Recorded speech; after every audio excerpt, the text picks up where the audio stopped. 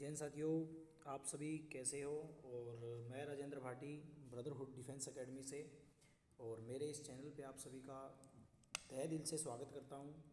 कुछ समय से अपने जिस यूट्यूब चैनल के ऊपर क्लासें जो थी वो नहीं आ रही थी और पहले भी मैं आपको इन क्लासों के माध्यम से जो राजस्थान जीके का पोर्शन था वो मैं करवा रहा था।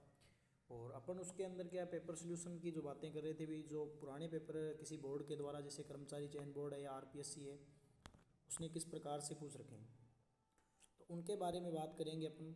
तो मैं आपको उन पेपरों का जो सलूशन है वो करवाऊंगा। ये देखो, आज का जो अपना पेपर है फर्स्ट पेपर है। वैसे तो पहले मैंने बहुत करवा रखे हैं, अभी अपना इसमें फर्स्ट पेपर है। ये फायरमैन की भर्ती आती है, एक उसका पेपर है। तो उसमें देखना आप राजस्थान के जो जीके के जो प्रश्न हैं वो किस प्रकार से आपसे पूछे गए हैं। हो सकता है ये प्रश्न आपको दोबारा किसी एग्ज़ाम में देखने को मिले। तो आज थोड़ी सी वीडियो लेट आई है, कल से थोड़ा सा प्रयास करेंगे कि वीडियो पहले आए। तो ज़्यादा समय न खराब करते हुए अपन इस वीडियो को शुरू करते हैं। और आप देखना भी इसमें राजस्थान जीके के जो प्रश्न हैं वो किस प्रकार से पूछे गए। तो वीडियो को सबसे ज़्यादा पहले शेयर कर देना भाई, आपके जितने भी दोस्त हैं। और शाम को कल से अपन करेंगे लगभग 9 बजे से 9 बजे सभी लाइव आ जाना क्लास के ऊपर और क्लास लेना भाई। और अपने जो प्रश्न हैं जितने भी आप पढ़ रहे हो किस प्रकार से आप कितने प्रश्न सही कर सकते हैं वो देखना। इसमें पहला ही, अगर मेरे को कोई प्रश्न नहीं आ रहा है तो मैं आपसे पूछने का प्रयास करूँगा। आप उसको बताना, कमेंट बॉक्स में उत्तर देना, आपके लिए कुछ प्रश्न छोड़े जाएंगे। जैसे देखो, पहला ही प्रश्न है कि हल्दी घाटी युद्ध में महाराणा प्रताप की तरफ से युद्ध में शामिल हुआ था, भाई कौन हुआ था, इसका आपको जो उत्तर है वो बताना है।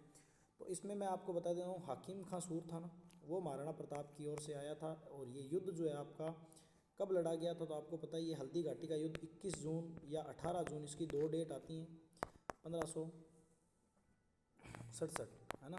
ये दो डेट आती हैं जो कि युद्ध किन के मध्य लड़ा। पहला प्रश्न तो यही पूछ लेता है कि हल्दी घाटी का जो युद्ध है ये किन के मध्य लड़ा गया था, है ना। तो किन के मध्य की जब बात आए तो आप इसमें बता देना, ये एक तो अकबर का सेनापति था, अकबर का सेनापति था मान सिंह, सेनापति मान सिंह था, मान सिंह था।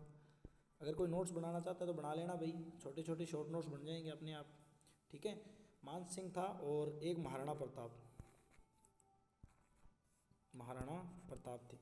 इनकी बहुत डिटेल में आपको बताने वाला हूँ। महाराणा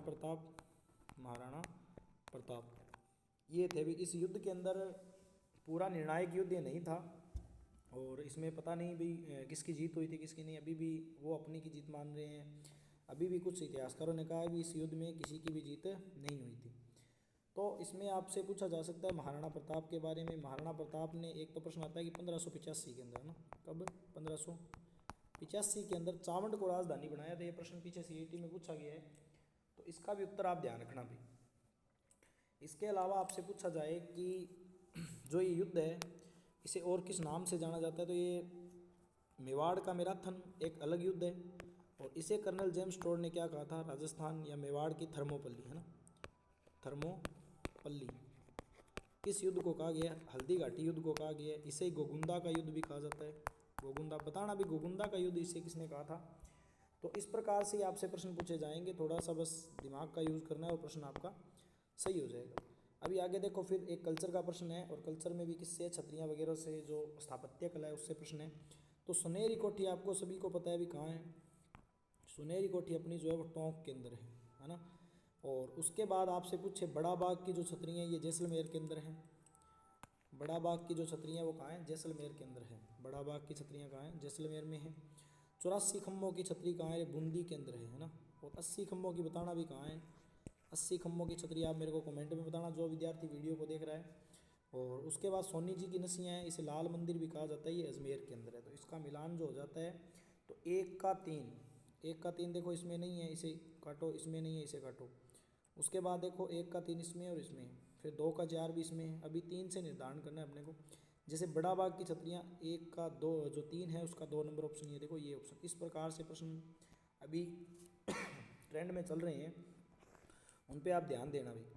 इसके बाद फिर राजस्थान में प्रश्न है जो दुर्ग से संबंधित प्रश्न है, कल्चर का ही प्रश्न बनता है वैसे तो, दुर्ग टॉपिक से आता है। इसमें आपसे पूछा गया कि निम्न में से कौन सा अलाउद्दीन, अभी आज थोड़ी ही क्लास रखेंगे अपन, 5 से 10 मिनट की रखेंगे, कल इस क्लास को बढ़ाने की कोशिश करेंगे।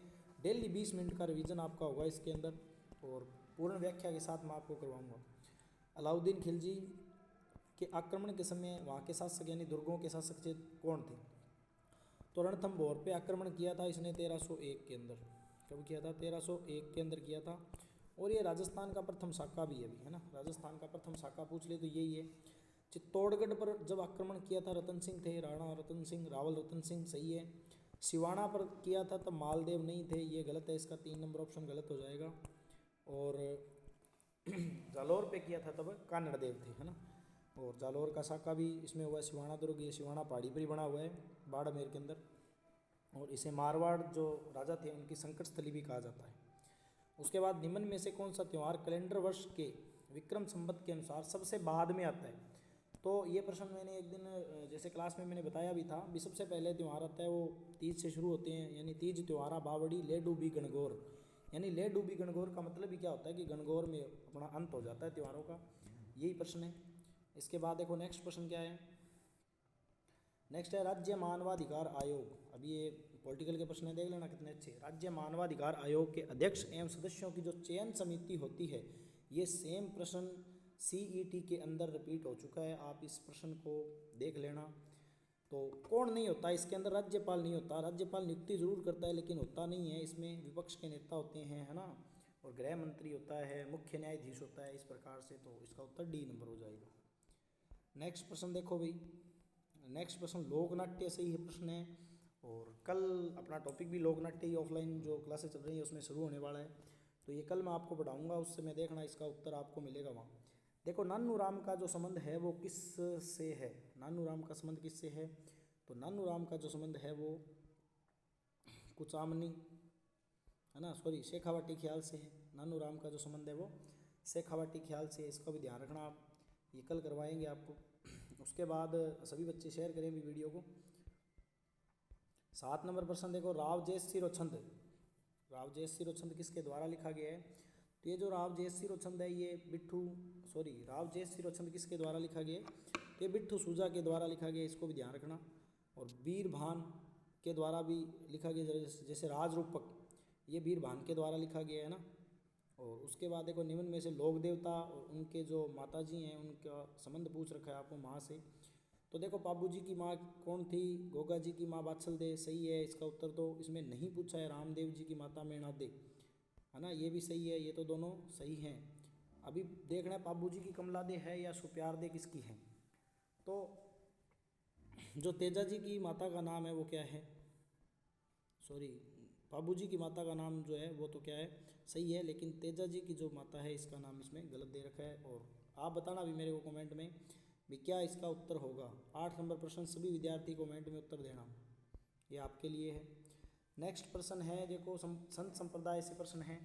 इसमें आपको बताना है कि बिश्नोई संप्रदाय जो आपको पता है कतरिया सर के अंदर अग्नि नृत्य करती है ना।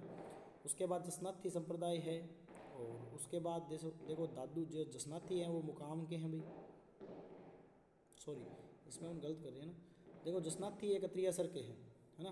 बिश्नोई हैं ये मुकाम के हैं, और दादू दयाल जी ये नरेना जयपुर के हैं, जिसे उत्तर तोतादरी कहते हैं। और जो राम स्नेह बच्चे हैं सिंथल शाखा के भीलवाड़ा के।